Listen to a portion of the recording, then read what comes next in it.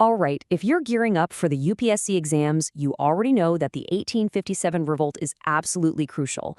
But here's the thing, it's not just about memorizing dates, it's about the people. Today, we're doing a deep dive into the leaders, the incredible men and women who really fanned the flames of rebellion, and we'll visit the storm centers where the fight was at its absolute fiercest. So here's our game plan. We're going to take a journey, starting in the grand courts of Awadh and moving through the fields of Bihar. Along the way, we'll meet the key figures who led the charge.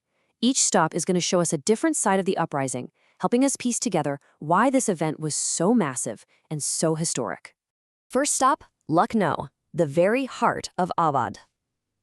Now, this was a kingdom that was really well known for its rich culture, and it had a ruler people actually liked, Nawab Wajid Ali Shah.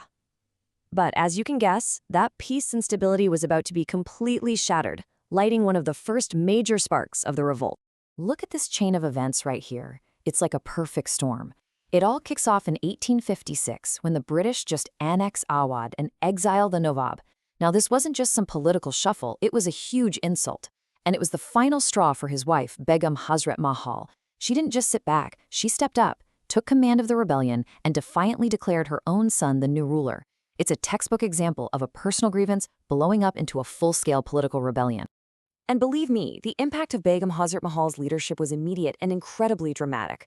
The rebels went straight for the symbol of British power in Lucknow, the Residency. They laid siege to it. And during that siege, the British resident himself, Henry Lawrence, was killed. This sent absolute shockwaves through the East India Company. It was a brutal, clear message. This wasn't just some small protest. This was a war. Okay, now let's shift our focus to two other critical hotspots, Bareilly and Bihar. What's so interesting here is that the leaders were completely different from Begum Hazrat Mahal, and their stories really show you the different kinds of anger that were fueling this revolt. In Bareilly, we meet Khan Bahadur Khan, who was actually a descendant of a former ruler. And then over in Bihar, we find Kunwar Singh, a zemindar, or a local landlord, who had his own very personal score to settle with the British. This comparison is just fascinating because it proves there was no single reason for the revolt. Think about it. In Bareilly, you have Khan Bahadur Khan, a royal descendant who was literally living on a British pension. That's a complicated relationship, right? But then in Bihar, you have Kunwar Singh, a landlord who'd been stripped of his property, a purely economic reason to fight. And what's just amazing is that both men, well into their 70s and 80s, became these incredible military leaders. It just goes to show how the rebellion brought together people from all walks of life. And let's just pause on that number for a second, 40,000. An army of 40,000 soldiers raised by a man on a pension. That's absolutely staggering. That number tells us everything we need to know. It shows that Khan Bahadur Khan wasn't just some disgruntled individual. He was able to tap into this deep, widespread anger and channel it into a massive military force that became a huge threat to British rule in that area. Okay, our next stop is Faizabad, another major hotbed of the rebellion, largely thanks to the incredible influence of a very charismatic religious leader. Moulvi Ahmadullah is such a key figure to understand because his story shows just how far the rebellion's ideas had spread. Get this, he was originally from Madras, all the way in the south, but he traveled north to lead the fight in Faizabad. For your exam analysis, this is critical evidence. It proves the revolt wasn't just a collection of local issues. An ideology of resistance was spreading across the subcontinent, connecting people from hundreds of miles apart. And of course, you simply cannot have a discussion about the 1857 revolt without talking about Rani Laxmi Bai of Jhansi. Her story has become one of the most powerful and enduring symbols of Indian resistance. This timeline really maps out her incredible transformation, from a queen fighting a personal battle to a legendary warrior.